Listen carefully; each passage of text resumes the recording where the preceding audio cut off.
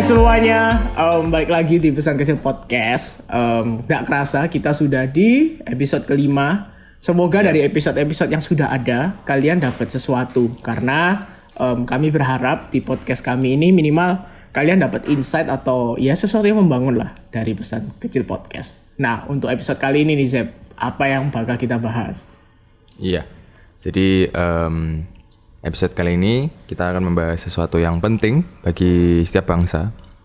Ya, khususnya ya kita negara-negara yang berkembang ini yang akan menjadi negara maju, gitu. Which is education, ya kan, pendidikan gitu.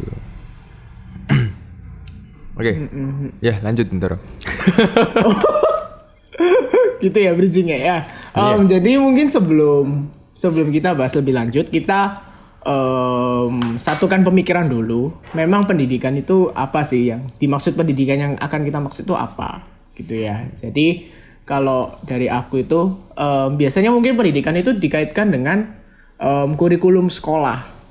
Tapi sebetulnya nggak cuma kurikulum sekolah. Memang betul yang berperan paling besar itu ya kurikulum di sekolah. Karena kan sebagian besar ketika kita berpendidikan dalam kehidupan berpendidikan kan kita spend paling banyak waktu kan di sekolah. Tapi nggak cuma itu teman-teman. Pendidikan itu juga bicara tentang nilai-nilai yang diajarkan di keluarga kalian. Jadi nggak cuma sekolah yang berpengaruh, tapi bagaimana bagaimana keluarga kalian tuh mengajari kalian atau mendidik kalian. Nah itu kalau dari aku. Kalau menurutmu Zep, menurutmu pendidikan itu apa sih? Ya, kalau menurutku sendiri ya, pendidikan itu adalah dasar atau ya prinsip dasar pandangan manusia itu nanti ke depan gimana gitu. Kenapa? Contohnya gini deh, kita nggak baca kan kita sekolah dasar pendidikan ya, pendidikan sekolah dasar. Iya.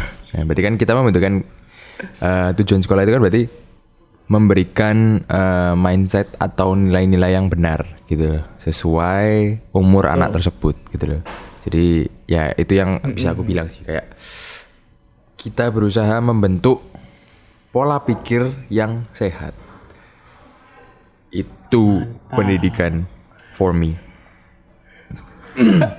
Pola pikir yang sehat ya, tapi melihat bagaimana keadaan masyarakat, apakah pola pikirnya sehat Bapak Seweda?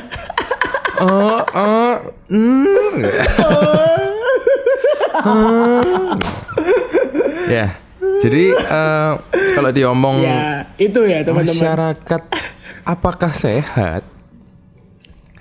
Sehat. Mayoritas sehat. Mayoritas sehat gitu.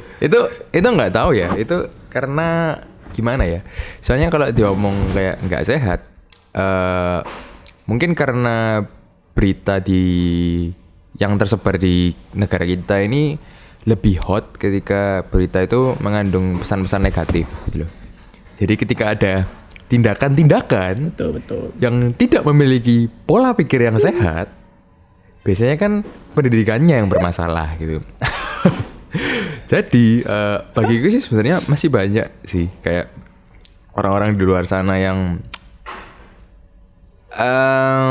has a better education, has a better mindset gitu ya, punya pola pikir yang lebih baik gitu. Cuma mereka ya nggak keliput aja gitu, karena ya clickbait dari berita itu sendiri kan bad news gitu loh. Bad news itu yang membuat orang ngeklik berita tersebut atau membeli koran itu pasti ya berdasarkan headline gitu.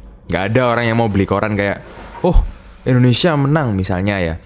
Ya ini belum terjadi ya. Misalnya, oh Indonesia bawa pulang medali emas 10 gitu ya. Wah gitu ya. Mungkin ada koran yang atau mungkin media berita yang membuat headline seperti itu. Cuma jika ada kayak koruptor tertangkap gitu, koruptor tertangkap senilai 500 M gitu. Nah, yang dibuat headline pasti yang dibaca koruptor itu siapa gitu. Kayak gitu. Ya, jadi maksudnya betul. Yang membentuk kita ngomong banyak atau sedikit Sebenarnya yang dilihat dari media itu lebih banyak buruknya gitu. Tapi I believe lah gitu lah. Banyak sing pendidikannya baik gitu. Itu sih menurutku. Ya, ya. Ya itu teman-teman. Jadi memang masyarakat zaman sekarang itu selain karena berita yang buruk lebih banyak, nah masyarakat kita itu masih kurang minat untuk membaca lengkap gitu loh. Jadi kayak tadi yang CB bilang, misalkan headline-nya koruptor gitu, kita tuh cuma cari siapa nama koruptornya. Terus yang kita sebar-sebarkan itu ya hanya nama koruptornya gitu loh. Kita nggak tahu konteksnya seperti apa, terus kronologinya itu seperti apa, ceritanya seperti apa. Nah, makanya di podcast kali ini tuh kita mau bahas soal education atau pendidikan karena itu berhubungan banget sih dengan pendidikan yang ada di negara kita dan harapan kami sih dari pendengar dari kalian setelah dengar ini lebih aware lah soal pendidikan dan betapa pentingnya pendidikan. Jadi nggak cuma menganggap sekolah itu hanya formalitas atau pendidikan keluarga itu hanyalah formalitas atau hanya sesuatu yang nggak perlu aku dengar kayak gitu ya. Nah, oke. So, kalau ngomong pendidikan nih, pendidikan kita selama ini 23 tahun, ya kan kita kan sudah 23 tahun nih. Yeah. Jadi biar adil dari kita dulu dong ya, 23 tahun ya pendidikan kita. Kalau aku selama 23 tahun aku hidup, aku kalau pendidikan formal ya, pendidikan formal itu ngomong soal sekolah teman-teman by the way, itu dari TK dan SD itu aku sekolah di, perlu sebutin nggak ya sekolahnya? Perlu lah ya. Di sekolah yang namanya Mutiara Bunda teman-teman ya. Itu di Sidoarjo ada sekolah namanya Mutiara Bunda. Nah terus SMP SMA aku di Petra 4 Sidoarjo gitu ya. Sidoarjo ada Petranya, ada Petra 4 ya kan. Terus kuliah aku juga di UKP atau di Universitas Kristen Petra, majornya ngambil teknik industri ya. Jadi itu background pendidikan formalku nih. Nah kalau CB nih backgroundnya apa? Ya kalau Bintor kebanyakan Sidoarjo karena memang basisnya Sidoarjo ya, saya basisnya Surabaya.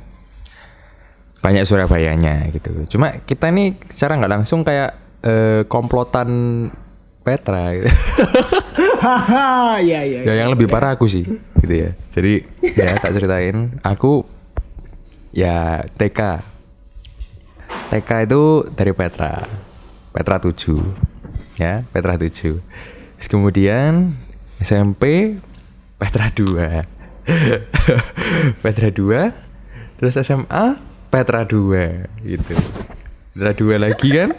Terus kuliah. Iya betul. Universitas Kristen Petra gitu. Jurusannya teknik industri. Yoi. Hidup mati Petra. Iya. Teman Petra ini susah ya. Gimana ya. Enggak jarang gitu. Kayak apa? Kayak teman-temanku juga banyak sih kayak dari aku ketemu di Petra 7 TK sampai bahkan kuliah ya di Petra. Enggak cuma aku, banyak sekali gitu. Yaitu pengalaman pendidikan formalku 23 tahun gitu. Iya ya, tapi kalau ngomong soal pendidik, menurutmu selama kita kan itu kan ngomong pendidikan di sekolah ya, selama 23 tahun, menurutmu berpengaruh nggak sih dari program pendidikan yang sudah ada dulu ke hidupnya kita? Apakah memberikan pengaruh yang besar? Pengaruh besar. Kalau mungkin perubahan-perubahan yang terjadi ya, kayak kita kan angkatan kelahiran 98 ini kan mengalami kayak fase transisi pendidikan. If you guys were born in 1998 with us, kalian masih merasakan apa yang namanya perubahan kurikulum gitu. Jadi contohnya kalau nggak salah SMA ya? K13 itu. SMA itu kita ada di K13 gitu. Nah, perubahan yang terjadi adalah metode belajar sama mata pelajarannya gitu. Jadi kayak ya aku merasa kayak ditambah gitu sih. Ya, ditambah gak sih?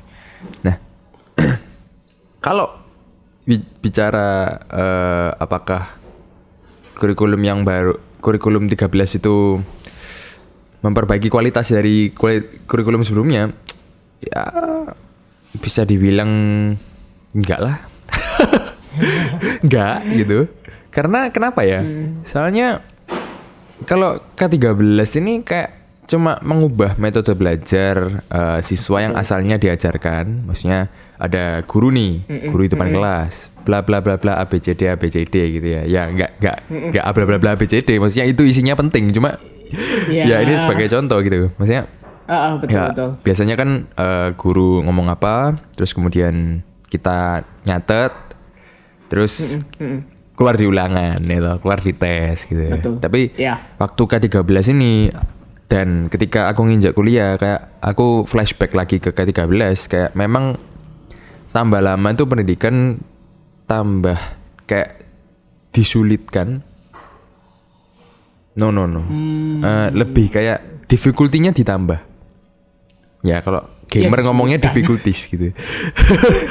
Modenya dari easy ke normal gitu. Ya kalau sekarang sih rasanya sudah normal ke expert gitu. Jadi kayak memang papa mamaku sendiri juga sering cerita kayak, oh dulu papa belajar ini tuh di SMA gitu. Tapi pas zamannya kita belajar di SMP gitu. Jadi betul. Kalau bilang kualitas di pendidikan secara itunya, maksudnya secara ilmu perbukuannya ya tambah bagus gitu. Tapi kalau diomong secara metode belajarnya ya, aku pikir sama aja lah, nggak banyak berubah.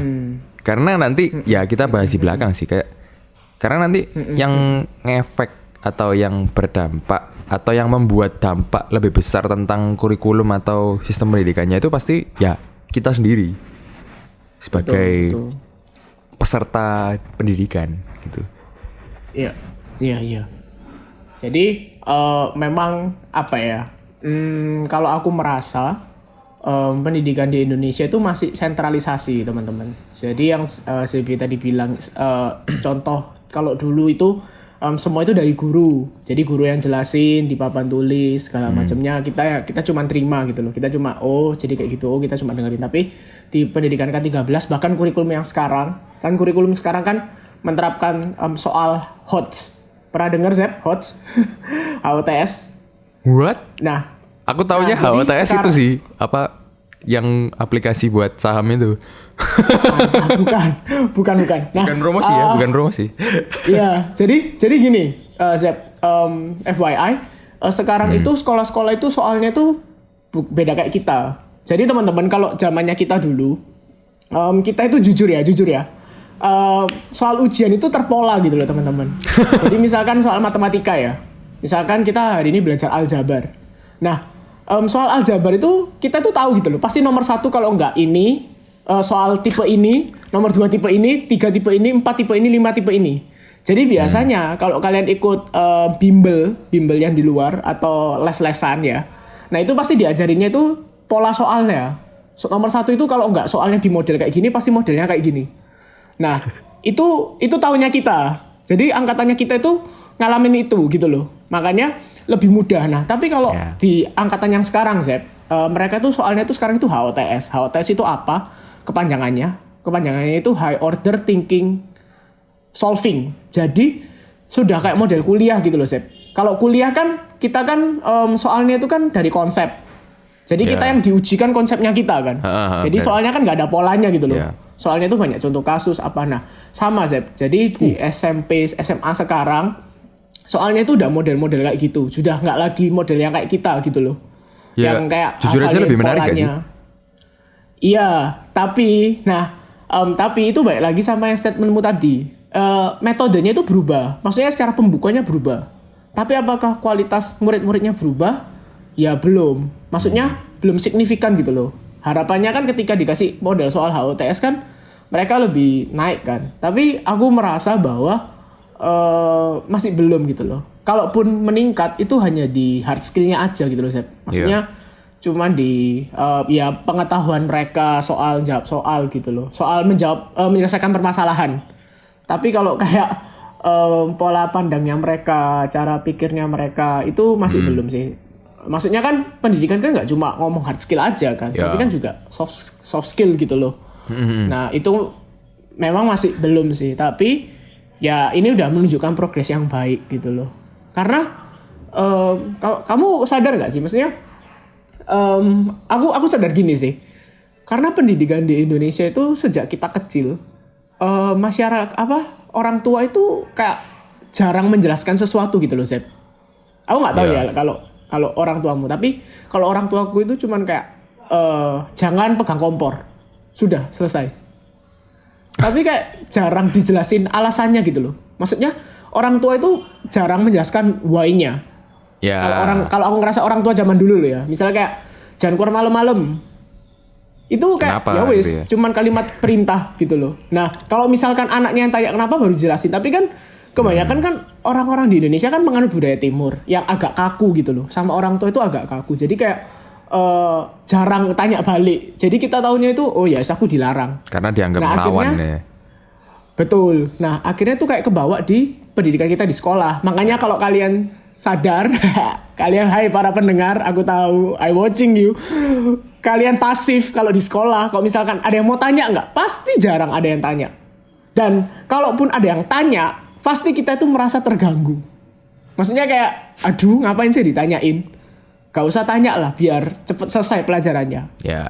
Aku nggak tahu kalau generasi sekarang, tapi generasiku itu juga generasiku dulu itu kayak gitu. Kayak mostly itu nggak suka orang yang aktif bertanya gitu loh. Makanya kan kalau orang yang aktif bertanya kan kesannya kan kayak resek kan. Ya. Padahal itu yang betul sebetulnya teman-teman. Ya. Setelah Dan aku itu yang pikirkan benar sih. sekarang loh ya. Ya itu sih. Maksudnya menurutmu ya apa sih? Ya ada benernya sih, kayak kalau memang tadi ya yang kamu ngomong kayak semakin ke arah masalah conceptual thinking gitu ya, maksudnya bukan lagi Oh iya betul. secara buku gitu ya ujiannya gitu, itu bagiku udah it's a good improvement, maksudnya from the government gitu loh, maksudnya apa yang ya jujur aja ya kita udah kerja lah ya.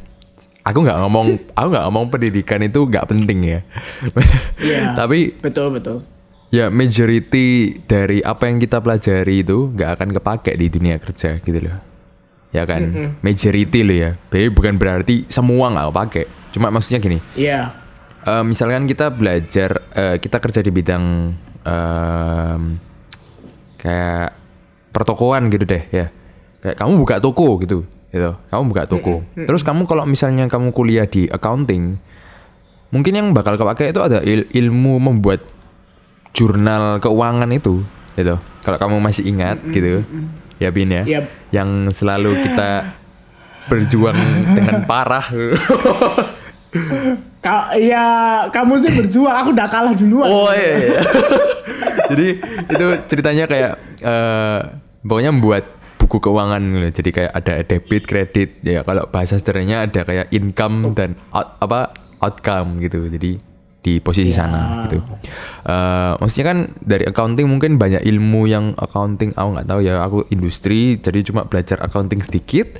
Pembukuan, kita cuma belajar pembukuannya. Dan pembukuannya itu penting dulu. Jadi kayak kamu tuh tahu nanti tokomu itu bisa negatif atau lagi defisit atau memang lagi cuan berbunga gitu. Ya lagi untung atau lagi rugi lah. Nah, jadi kan konsepnya kan yang dipakai cuma ya buku jurnalnya itu aja gitu loh. Buku jurnal nulis jurnal keuangan itu. Tapi di sisi lain yang lain itu nggak penting. Nah, kalau misalnya pendidikan sekarang udah masuk ke conceptual thinking, berarti kan itu ya it's good gitu loh maksudnya. Misalnya deh biologi. Saya bab 2 nih ya. Alat reproduksi gitu. Gitu kan. Ya yang kan coba ya mungkin sederhananya kan kayak sperma membuahi sel telur, terus kemudian dia bakal jadi zigot dan segala macam gitu, sampai akhirnya menjadi janin dan akhirnya lahir sebagai anak gitu. Tapi kalau misalnya di zaman kita ya Pintor ya, di zaman kita itu pasti pertanyaannya cuma kayak sebutkan proses dari sel sperma atau dari sel telur bisa menjadi janin gitu kan. Tapi mungkin sekarang tuh anak-anak bakal diajarin kayak misalnya hal-hal apa yang bisa membuat sel telur bisa menjadi janin atau bayi gitu. Nah, Itu kan at least kayak membentuk pola pikir sebuah manusia gitu loh. Aku nggak ngomong cuma siswa-siswi, sebuah manusia gitu. Kayak misalnya deh, mungkin jawabannya gampang kan, ya kalau sperma nggak ketemu sel telur, gitu kan. Tapi kan itu mikir lagi kan ke belakang, kayak gimana caranya sel sperma ini bertemu dengan sel telur gitu kan. Jadi kayak membuat seperti hal itu gitu. Nah, jadi itu bagus gitu. Tapi kan secara pribadi manusia kan ya nanti ya itu lagi. Kamu kembali ngolah ke secara pribadi lagi. Kayak misalnya kalau kamu menganggap itu cuma ujian, maksudnya cuma ya it's just school work. I did it. I got 100 marks on that gitu. Aku dapat nilai 100. Udah maksudnya kayak ya itu pencapaian ya gimana. Nah, di sini bagiku dimana orang tua ini sangat terlibat gitu. Jadi kayak misalnya orang tua yang kayak ya aku maunya kamu dapat 100 gitu. Terus kayak ya itu tadi yang kamu bilang kayak nggak disebutnya why gitu loh. Why aku udah harus dapat 100 gitu. Nah, ada pengalaman menarik kayak ya banyak sih kayak di sekeliling kita yang ngomong lah gitu kayak ya nilai bukan segalanya gitu ya loh. Iya, betul. Bagi kawan-kawan yang mendengar yang mendengar podcast ini, mungkin nilai bukan segalanya gitu, tapi nilai itu yang bisa membentuk pola pikir kamu gitu loh. Why gitu? Why? Misalnya gini deh, ya secara kasar aja, kita lulus kuliah nih, PK kita misalnya jelek gitu ya. Nggak mau nyebutkan angka gitu. Cuma majority, loh, iya kan? Cuma majority perusahaan, karena aku udah pengalaman nyari kerja ya kan. Majority perusahaan pasti nerima yang di atas IPK 3 gitu.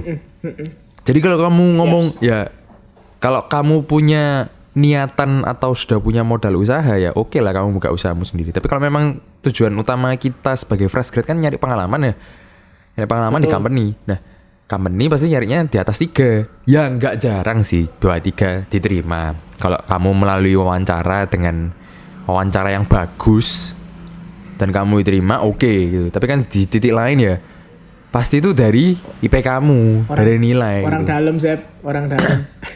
Beda cerita tuh. Kalau orang dalam mah nggak usah ijazah, langsung besok kamu kerja ya. Oh siap. Siap. Iya. Nah, tapi kan kita ngomong tentang kayak konsep gitu. Nah, kalau kamu sudah paham nilai IP kamu itu penting, maksudnya buat kamu ngelamar ya, kamu kan nggak mungkin ngeremehin. Nah, maksudnya kayak pola pikir seperti itu loh. Ya. Itu yang kayak yang perlu sebenarnya. Cuma aku nggak tahu kayak mata pelajaran zaman sekarang ada atau enggak.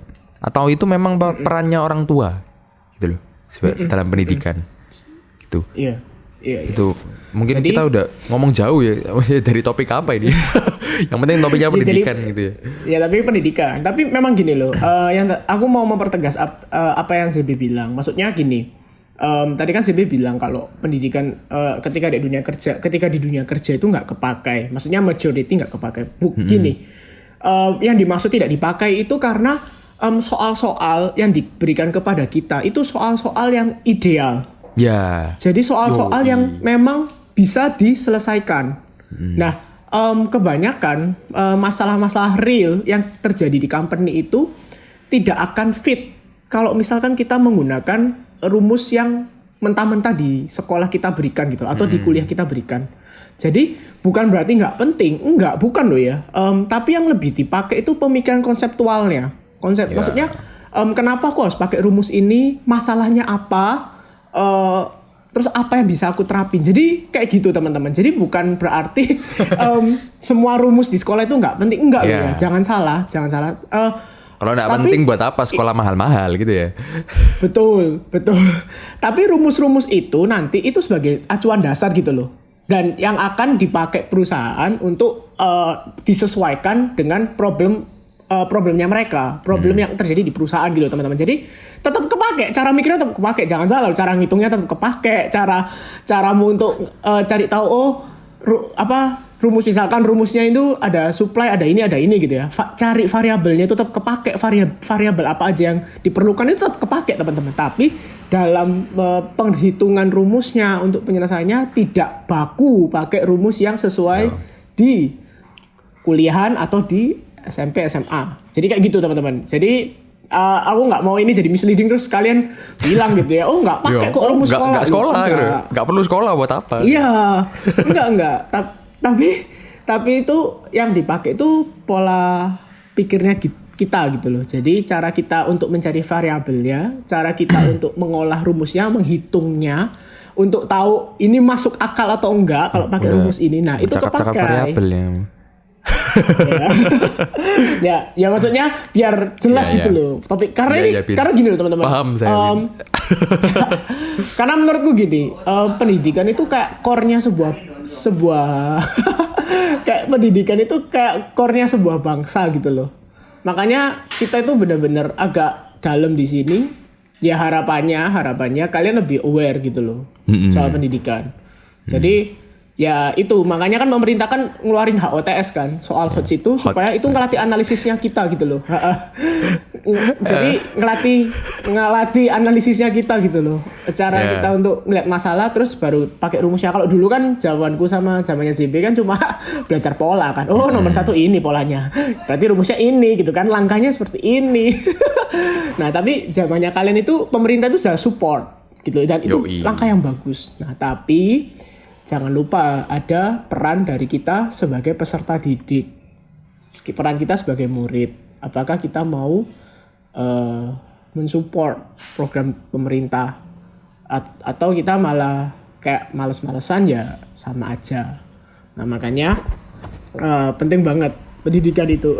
Jadi ya ada peran juga dari orang tua gitu. Nah kalau misalkan orang tua kalian tidak support atau tidak tidak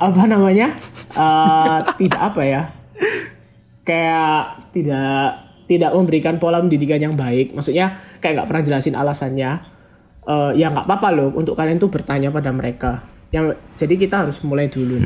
Nah kayak gitu sih. Jadi itu sebenarnya kita yang barusan bahas apa sih? Itu pendidikan zaman now teman-teman. Pendidikan zaman now itu kayak gitu loh. Maksudnya program pemerintah itu udah benar.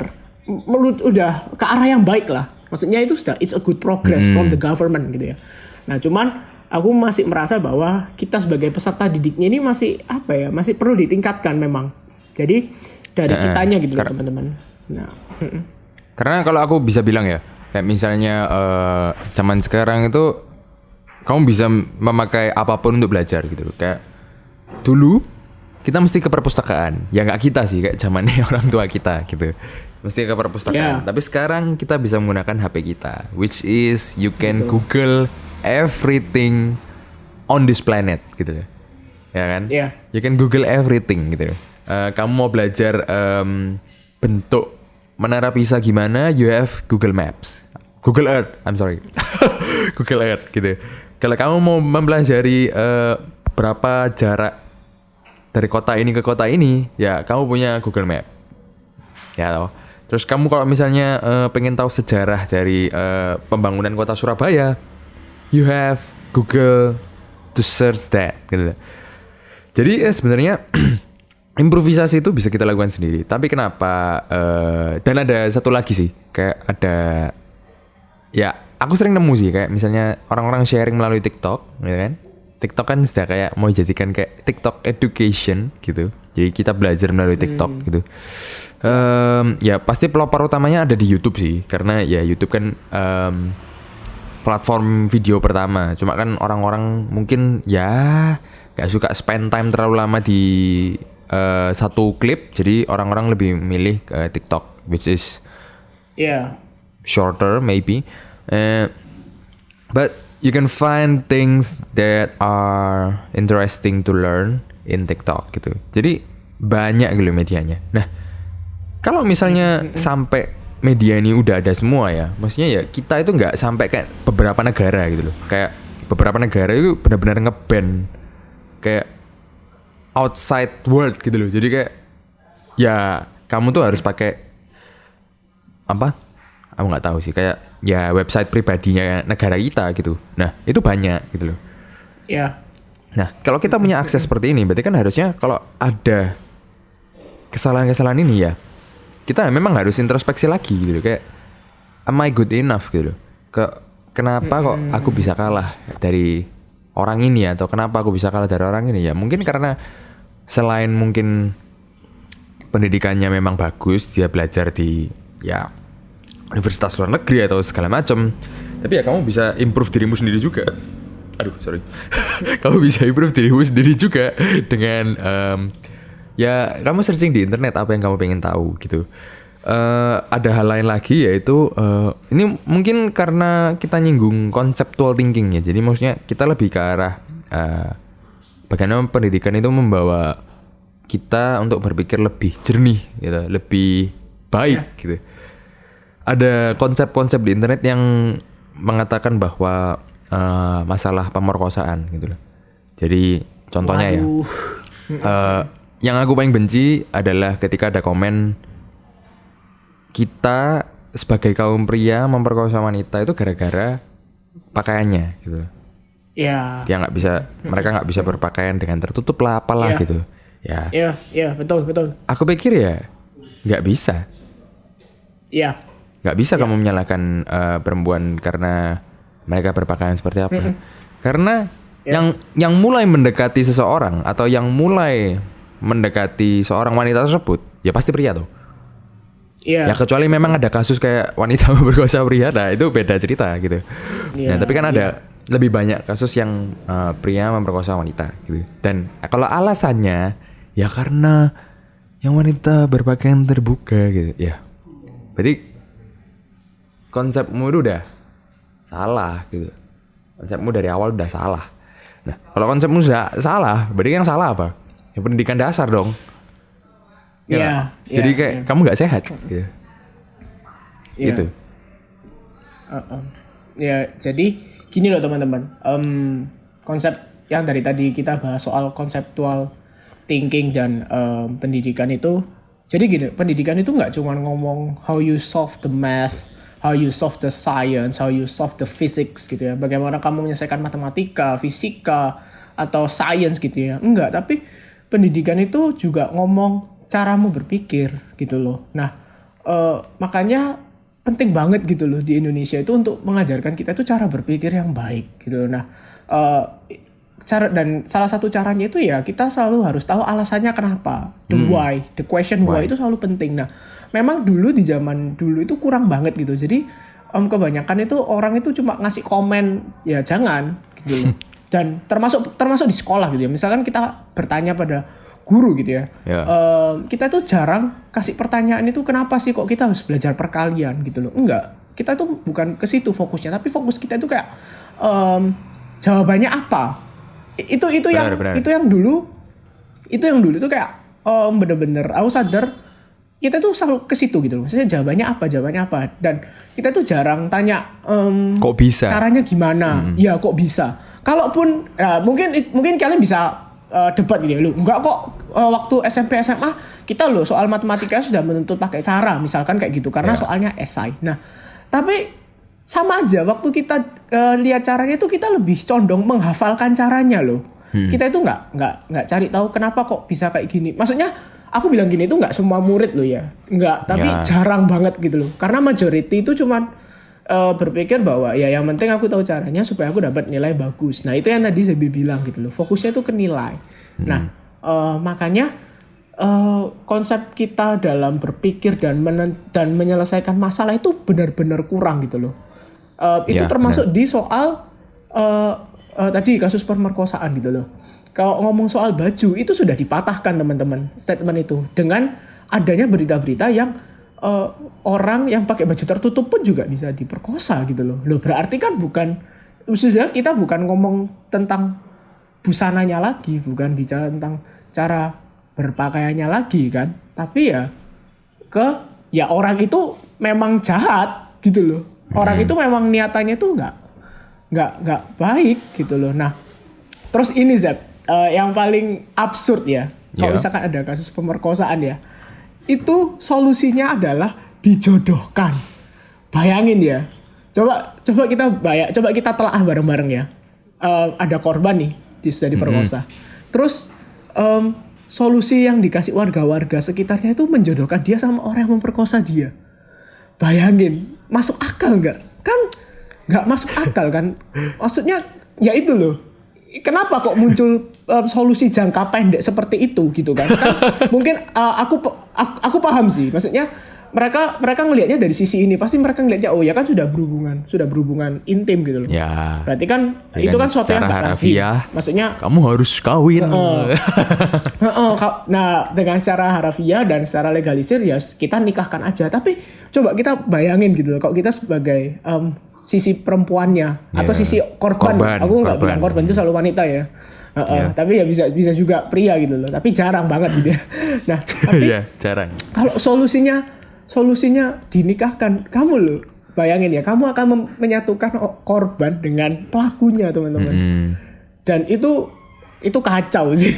Nah makanya conceptual thinking itu penting, dan dari mana kita bisa bentuk conceptual thinking ya salah satu-satunya ya dari pendidikan. Nah masalahnya pendidikan itu nggak cuman di sekolah, bukan cuma pendidikan formal, tapi juga di rumah. Nah ini juga wadidaw Zep, orang tua zaman sekarang.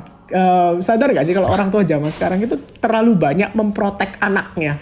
Ya benar. Kita lihat beberapa kasus di mana misalkan ada guru nih udah baik, maksudnya negur anaknya, atau ya mungkin cuman kasih hukuman kecil gitu kayak dijewer atau apalah ringan gitu loh. Maksudnya di zaman kita dulu ya, aku nggak tahu lah kalau kamu sih. Kalau zamanku dulu waktu SMP ya ada kok salah satu guru yang kayak gitu. Maksudnya cuma jewer cuma apa. Cuman kita itu kayak nggak terlalu kayak apa, karena kita tahu kita yang salah gitu loh. Karena kita tahu kita yang salah. Nah, tapi kalau orang tua zaman sekarang itu kayak benar-benar diprotek, kayak dituntut gurunya. Itu yang aku rasa bahwa itu yang buat guru itu jadi males gitu loh untuk berusaha lebih didik anak-anaknya gitu loh. Iya nggak sih, maksudnya pernah dengar ya kita kayak gitu. Kalau masalah yang berperilaku kayak ya misalnya kayak diprotek gitu ya, mungkin proteknya tuh harus sebatas apa yang harusnya wajar gitu. Jadi misalnya anak ini pukul-pukulan gitu ya loh, pukul-pukulan di sekolah gitu loh, di literally jam istirahat gitu ya. Nah kan ya nggak mungkin tuh, maksudnya kalau misalnya anaknya nggak bisa dilerai dengan omongan, ya pasti fisik bertindak, ya mungkin ditarik atau gimana gitu. Nah kadang-kadang kayak ada orang tua yang mungkin over the line gitu loh, kayak kamu seharusnya tidak usah menggunakan fisik gitu. Nah kalau nggak menggunakan fisik, lebih abis tuh anak lu. Boncos semua gitu loh maksudnya. Nah ini kan saking untuk melerai perkelahian makanya ditarik atau mungkin dia dijewer gitu. Nah tapi ya secara mungkin ya kita ya mungkin kita bukan orang tua ya, cuma kan kita nanti ke depan orang jadi orang tua ya, kita pasti berusaha memprotek anak kita gitu ya. Gimana pasti lebih percaya anak kita. Tapi ya di sisi lain ya, kalau anaknya berbohong ya itu pendidikan orang tua lagi gitu. Kita bicara pendidikan lagi gitu. Nah, kenapa peran penting orang tua ini super duper wow gitu, maksudnya super duper penting di pendidikan ini? Karena mau nggak mau orang tua bersama kita pasti lama banget gak sih? Kamu di sekolah mungkin berapa jam? 8 jam. Ya memang lebih lama sih ya. Jam 8 sampai jam 8 sampai jam 2 gitu ya.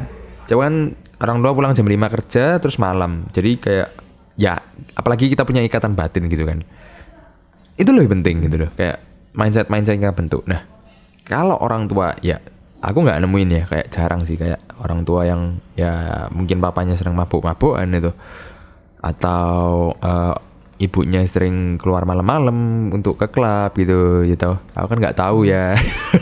Cuma ya mungkin aja gitu. Nah mungkin bagi kalian pendengar ini yang sudah menjadi orang tua ya mungkin ya mulailah berubah. Mungkin kamu bilang kayak ya misalnya aku laki-laki ya istriku yang ngurus anakku, atau sebaliknya ya suamiku yang ngurus, ya aku mau keluar dong hangout sama teman-teman aku. Beda bro sis gitu. Karena hasilnya kita butuh image gitu, butuh kedua image. Jadi ya aku masih bersyukur gitu loh, kayak aku punya kedua orang tua hingga sekarang gitu. Bagi sahabat-sahabat yang di luar sana mungkin yang nggak punya figur, ya itu bisa diganti dengan figur lain. Dan aku shout out juga bagi orang-orang yang single parent, karena mereka semua ini menjadi 2 figur dari 1 gitu, which is not easy gitu. Iya. Apalagi kalau anaknya betik gitu. Itu lebih susah lagi. Tapi ya aku shout out banget, maksudnya kayak ya aku apresiasi gitu loh, kayak apalagi juga ada guru juga yang berusaha mendidik satu kelas 30-an anak. Ya bayangin aja lah, kayak dari jam 8 sampai jam 2 gitu.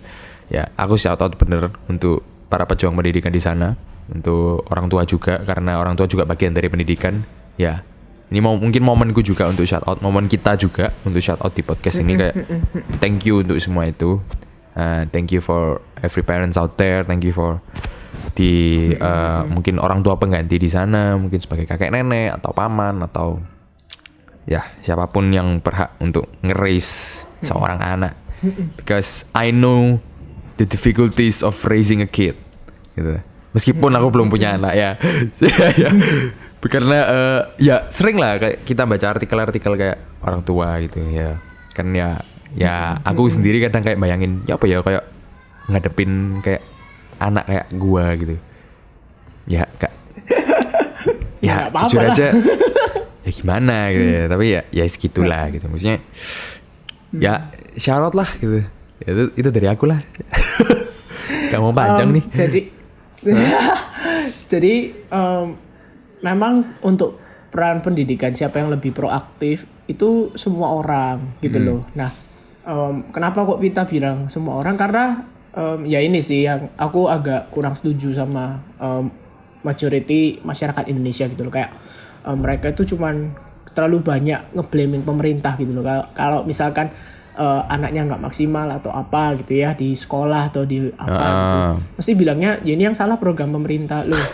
Sebentar, mungkin belum sampai program pemerintah, nyalainnya sekolah gitu ya. Nah tapi gini loh teman-teman, teman-teman gitu ya, aku nggak tahu ya yang dengar podcast ini usianya berapa gitu, tapi semua itu punya peran gitu loh. Kalau misalkan kita selalu bilang oh ini sekolahnya yang salah gitu loh, oh ini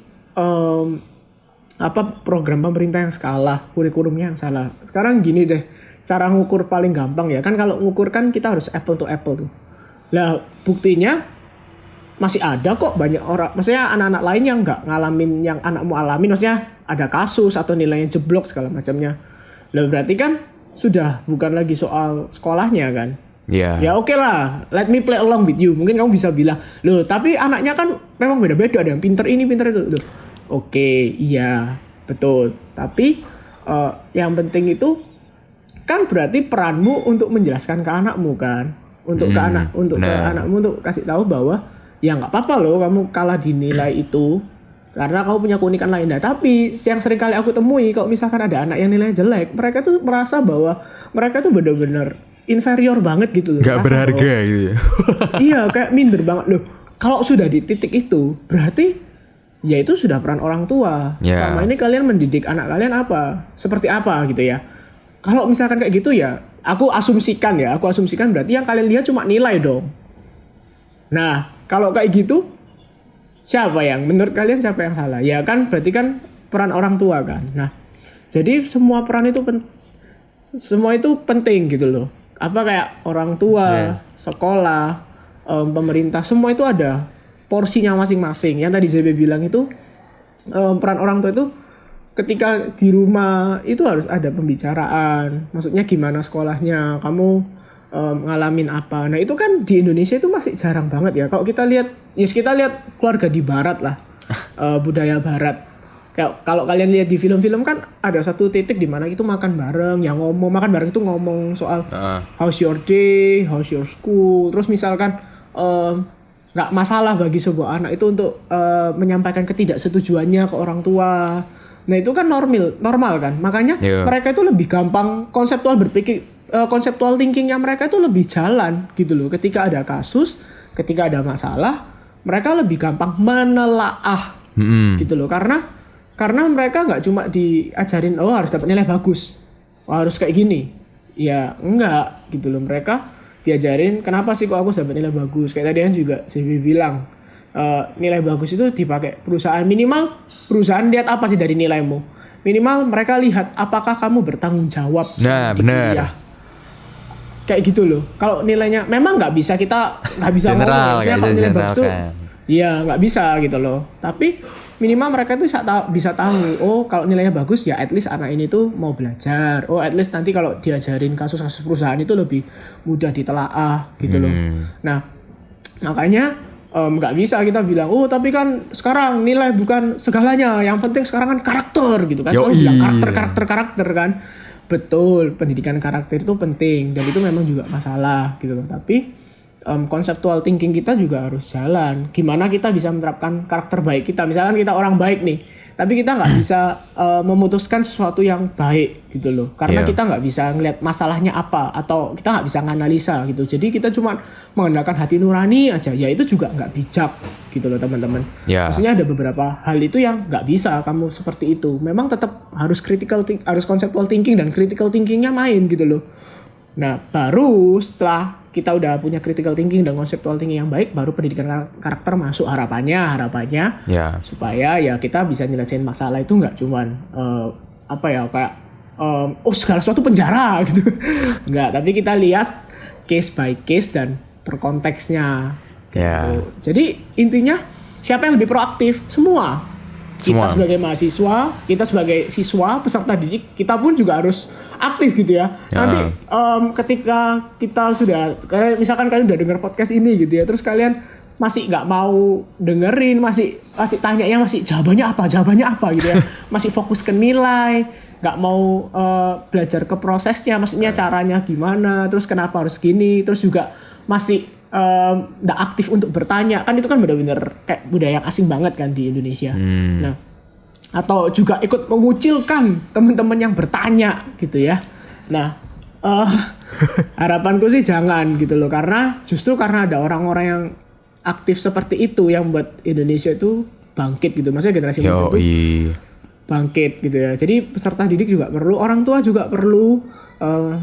Please talk to them. Ada figur-figur itu yang kalian tuh bisa lebih banyak ngomong di sana gitu loh, selain guru gitu loh. Karena ya gimana ya, guru kan mau sedekat apapun tetap orang lain gitu loh. Kalau kalian kan keluarga, role model gitu loh. Makanya kan anak-anak kan biasanya ya ngeliat kalian tuh. Kalau misalkan, oh walah papaku biasanya kayak gini kok, berarti aku nggak masalah dong kayak gitu. Nah itu yang bahaya kok misalkan bukan contoh yang baik. Makanya perlu diajak ngomong gitu loh, diajak ngomong alasan-alasannya kenapa kok keputusan papa mama seperti ini. Nah supaya mereka itu nggak langsung gaskun gitu ya tanpa tahu konteksnya gitu kan. Akhirnya malah nggak tepat. Terus juga dari sekolah, dari government juga perlu kualitas pendidikan gurunya, cara pembawaan gurunya. Dan aku ngerasa gini sih, kalau satu kelas 30 orang itu juga agak susah. Kurang efektif memang, tapi betul karena ya kita nggak mungkin lah, maksudnya ketika kita jadi guru ya katakanlah kita waktu presentasi lah ya, katakanlah kita presentasi terus semua orang tanya ke kita, itu kita juga bingung gitu loh. Dan akan lebih baik untuk dibagi ke kelas-kelas yang lebih kecil. Tapi memang kendalanya di kekurangan tenaga pengajar. Memang aku paham sih. Jadi benar-benar. Ya selagi kita menunggu hal itu, maksudnya tenaga pengajar meningkat, ya oke lah, kita sebagai peserta didik ya kita harus berusaha lebih lagi gitu. Toh itu kan juga buat kalian juga kan peserta didik. Jadi ya tolong diapresiasi gurunya.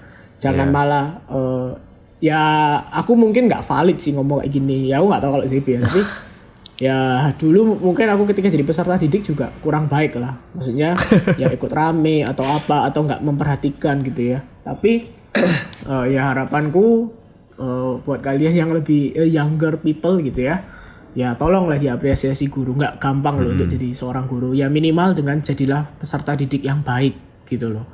Ya dengerin, ya kalau misalkan ditegur ya sudah, say sorry, semudah itu kok, maksudnya. Jangan malah melawan balik. Kalau misalkan aku bilang gini bukan berarti kita nggak boleh mendebat. Kalau misalkan gurunya yang salah, konteksnya yang salah, ya tolong didebat dengan cara yang baik gitu loh. Nggak dengan cara gebrak meja lah, atau bawa maksudnya sampai todong senjata karena ada loh kayak gitu. Maksudnya aku sempat lihat di Instagram dulu kan sempat viral kan. Ada seorang siswa yang datang ke rumah gurunya itu bawa golok. Maksudnya jangan iya sempat ada videonya. Sempat jadi sampai gurunya itu takut sih. Literally takut gitu loh. Janganlah, maksudnya kasih mereka itu di Indonesia itu gaji guru itu masih belum sebesar di luar negeri gitu loh. Kenapa bisa itu? Ya baik lagi ke akar permasalahan karena orang Indonesia itu belum menganggap pendidikan itu hal yang penting. Makanya ya akhirnya budgetingnya ya nggak ke sana. Gitu kan, budgetingnya ya ke infrastruktur. Nah, tapi penting banget gitu tenaga pendidikan. Bayangin kalau misalkan kita nggak punya tenaga pendidik yang baik gitu loh. Bayangin kalau tenaga pendidik kita ya rendah terus ya kita akan selalu kalah gitu loh dari orang-orang luar negeri baik secara kemampuan ataupun secara decision making. Karena percuma kita punya kemampuan tapi kita nggak bisa menerapkan itu dalam kasus-kasus kenegaraan contohnya, atau kasus-kasus dalam kehidupan bermasyarakat kayak misalkan dari konteks pemerkosaan gitu ya. Solusinya lo kok wadidaw kayak gitu kan, atau masalahnya lo kita lihatnya kok malah ke busananya. Harusnya kan bukan itu gitu loh. Nah makanya pendidikan itu benar-benar penting banget. Itu role paling besar dalam membentuk sebuah negara. Iya. Makanya ya harus siapa yang lebih proaktif ya semuanya. Kayak gitu. Berikutnya nih Zed.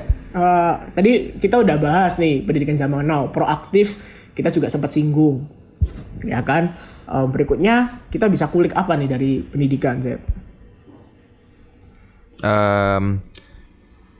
Kalau mungkin dari pendidikan itu kita bisa apa? Ya sebenarnya udah kamu singgung sih di pembicaraanmu tadi. Kayak bagiku memang masih underpayment sih kayak tenaga pendidikan itu. Why? Because di universitas kita sendiri kan ada yang kayak untuk yang jadi sarjana pendidikan gitu. Ya aku punya kayak teman gitu loh. Ya memang ngambil jurusan itu gitu. Terus aku tanya, why did you take this route atau why did you take this path? Gitu. Kenapa kamu ambil jurusan ini? Dia tuh jawabnya dengan hati yang mulia gitu. Ya aku nggak menyalahkan hati yang mulia itu karena kalau bicara pendidikan itu pasti bicara dengan hati gitu. Karena kalau nggak sampai ya hasilnya kayak kamu membacakan koran ke anak usia 5 tahun nggak ngerti apa-apa gitu. Dia bilang karena aku memang terpanggil untuk mengajar anak-anak di luar sana gitu. Spontan aku kayak wow gitu. Oke, you are young gitu loh. Maksudnya anak muda ini pasti dipenuhi dengan ambisi gitu loh. Ambisi untuk mencapai suatu titik goals gitu loh. Goalnya apa? Ya mayoritas pasti goalnya lebih ke arah materialistis ya nggak? Gitu. Ya. Kalau udah masuk ke sarjana pendidikan, kamu pengen jadi guru ya kan? Ya, dia pasti tahu fakta bahwa gaji guru itu pasti rendah. Gitu. Dan banyak kasus juga sih kayak di sekolahku juga yang lama, nggak tahu sih ini rumor ya. Ya bukan sekolahku sih. Temanku ada bilang kayak ada gurunya kayak kecewa dengan sekolahnya karena ya dia tuh underpayment banget gitu loh. Dia merasa underpayment gitu loh. Tapi aku kan nyatanya nggak tahu, maksudnya di lapangan sana itu gaji guru itu berapa.